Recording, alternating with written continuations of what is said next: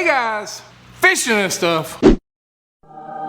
Today, we're building a fishing trap. Yeah, you heard me right, fishing trap. Know what I'm saying? I don't know if you know this or not, but fishing traps are really expensive. And they ain't nothing but a bunch of wire, I'm just saying. So we're gonna build one today for my buddy's pond. And if you don't own your own lake, make sure you check your state's regulations and rules. Because in North Carolina, we can't use fishing traps for bluegill. But like I said, my buddy owns the pond, so it's okay. There's other states like Kentucky where you can cast net bluegill, so you might be able to use a fishing trap there. I'm just saying. But make sure you check your local laws and regulations, like I said. Anyway, let's quit wasting time and let's get into this. I have a good bit of this 1/2-inch hardware cloth. The reason I have so much is because I had it left over from building my chicken coop, and I used a good bit of it.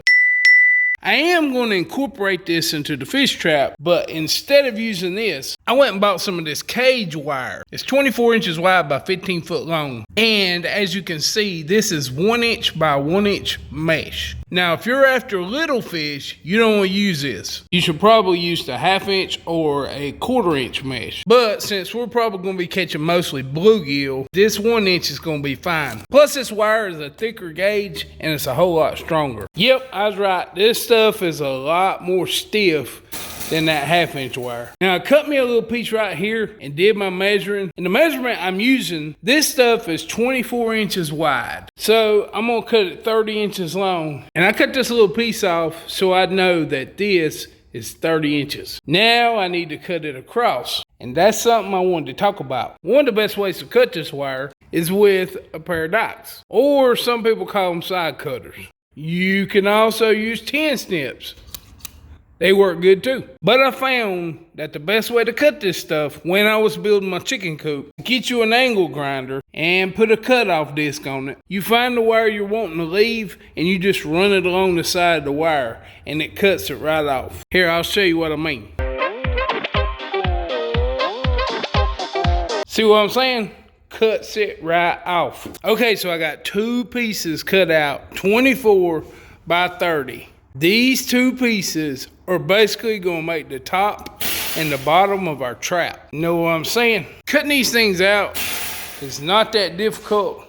Getting them flat is way more difficult. And they're actually not perfectly flat. I'm just happy with them. But I used to edge my table kind of like a brake press, if you know what a brake press is. And I bent it just a little bit at a time and went back and forth until I got it right. But now that we got the top done and the bottom done, I need to start cutting the sides. So now I gotta break my roll back out and I'm gonna have to cut it down long ways. Well, ideally, I'd say 12 inches would be right. But our material is 24 inches wide. So when we cut it long ways, we're gonna lose one of the squares. So we need to cut it to where it's 11 inches tall, basically. This trap's 24 by 30, which is like 108 inches, which means I'm gonna need like 120 inches to make this trap.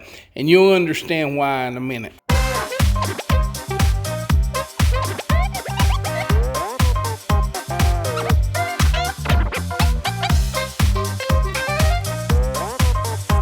Okay, after all that cutting, we ended up with 8 pieces. We have 2 pieces, 30 inches long by 11 inches tall. These 2 pieces will go on the long side of our trap. I've got 4 pieces that are 15 inches long by 11 inches tall. These 4 pieces are for the ends of the trap. The thing that's the same about all of them is all of them's 11 inches tall. And then, of course, we have our top piece and our bottom piece. Our top and bottom are 24 inches wide by 30 inches long. Now what we're going to do is we're going to start with our bottom piece. And we're going to put our 30-inch long pieces onto the 30-inch long side. Now we need to talk about how we're going to put this thing together. If you're connected 2 pieces of this hardware cloth, you could use tie straps. And tie straps actually work really good. You just put one ever so often. And when you're done, they hold it together and they're kind of like a hinge effect too. See what I'm saying? Or you could get you a pair of hog ring pliers. Hog ring pliers are a lot like staples. And whatever you want to put a ring on, You put it in between this groove and this groove over here, and you clamp it. And it clamps a little steel ring onto it, which is kind of like using a tie strap. You can get it tighter with a tie strap, but these hog ring pliers are really strong and they're really fast. And I think I'm gonna use hog rings on my trap. So now we just need to put our two sides on.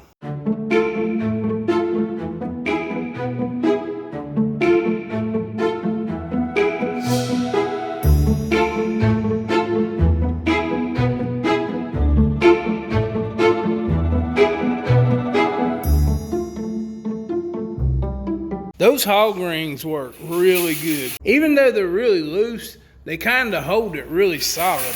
So I got this side on. I got this 30-inch side on.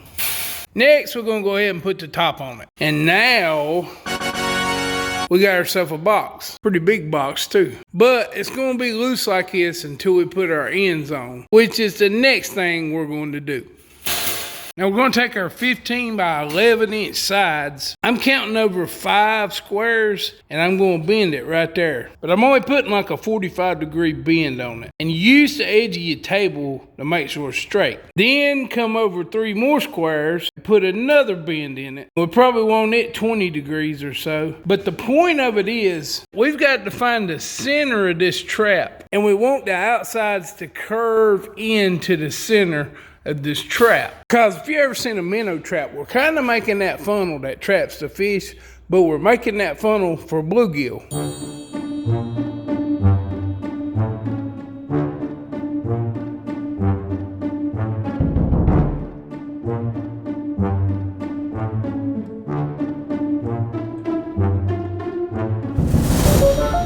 Okay, so we started on our sides. I did the bottom, the sides, and I did the top on both sides. But you see how wide the center is? Now we need to find the center of our trap, and we're gonna have to bring these into the center and fasten it down to make our funnel effect. Now the opening in there, I probably don't want it much over 1 inch wide. If you want it for bluegill, then you're gonna have to make it where a bluegill can barely get through. You don't want turtles and stuff like that in your trap. But the bluegill at my buddy's house are pretty big, so I'm gonna have to leave it at least 1 inch wide or they ain't gonna fit. They really ain't gonna fit. All right, so we got our end done. You see the split there?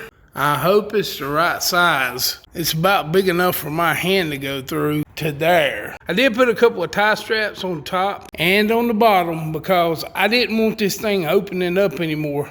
I need it to be strong because if it's not strong, a turtle or something could push its way through there. I put 3 tie straps in each corner and it stiffened this thing up a whole lot. Plus I put a tie strap here or there just to make it more rigid. Now I just need to finish that other side. Okay, so this side's ready. It's about the thickness of my fingers, pretty much. And we got our other side ready. Now we're gonna have to cut out a square in the center and we're gonna make a basket to put our bait in, because if there ain't no bait in it, there ain't no fish coming in it. I'm just saying. You can just throw bait in the trap, but I'd rather have a bait basket in the middle to get the fish to come in.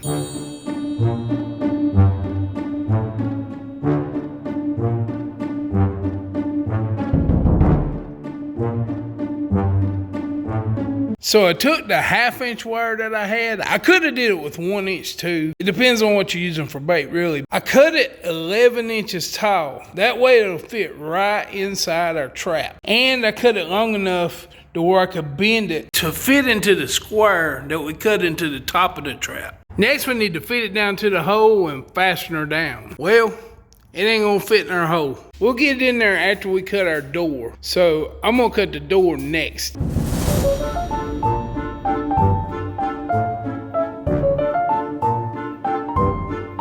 Now we could take some more wire and cut our door out to put on top of our fish trap to cover our bait hole and our fish hole. But instead of using this wire, I had a better idea. I bought this paint strainer a while back. I think I got it at Home Depot or Lowe's or somewhere like that. But all it is a paint strainer that you hang on the side of a bucket and you roll your roller across it and it gets the paint off of it. Well, it's made out of galvanized, and I like the fact that it's rigid and if I cut wire out to make a lid, it's not gonna be as rigid. But all I really need to do is make this bend right here straight. After I get it straight, I'm gonna clip it off right here and right here. Now that metal's pretty thick, so I'm gonna be using some 10 snips. But with the 10 snips, it comes right off. Then finally, I'm gonna drill a hole in those two little end pieces so I can attach it to my basket. And I attach this thing to my basket using the hog rings, just like I put the basket together with. All you gotta do is bend you a couple. After you get them bent, I opened them back up with a pair of pliers. I stuck them on the door, and then I took the pliers and closed them back. And this is the result that I came up with. A nice little hinge, actually. This thing's big enough to cover the hole you get the fish out of, and it covers the bait basket. And it's tough. I got one of these little stainless steel clips, so hopefully it won't rust. All you gotta do is stick it through the lid and clip it on to one of the wires, and it won't open. Now we just need to tie a rope to this thing so we can drop it in the water. So I got me a rope tied onto this thing, actually melted all the ends so it wouldn't come loose, hopefully. But I don't want to lose it. I think I got it ready. Now I need to get some kind of bait to put in the bait basket, and we're gonna take it over to my buddies and throw it in this pond. So we need some bait for our trap. We at this shady looking gas station. It's my Mexican buddy Juan. Hey Juan, you sell fish bait? We are Cherokee Indian, we are not Mexican. Let me tell you, this guy who making video, he's a Mexican. They come in parts of water. We bring him here, so we are a freedom country. Just wring out my bread, leave me alone. You see what I gotta deal with? Okay, so we over at David's house. This is his pond. We just gotta find us a spot to drop our trap in. I've seen some ripples right there. See if we can see anything. They might think it's spring, it's been so warm. You think your big old bluegill fit through them little bitty holes on that trap?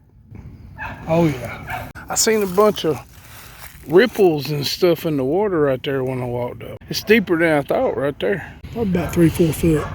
Probably what happened was dang good minutes ago right through that 1-inch mesh and go in there and eat.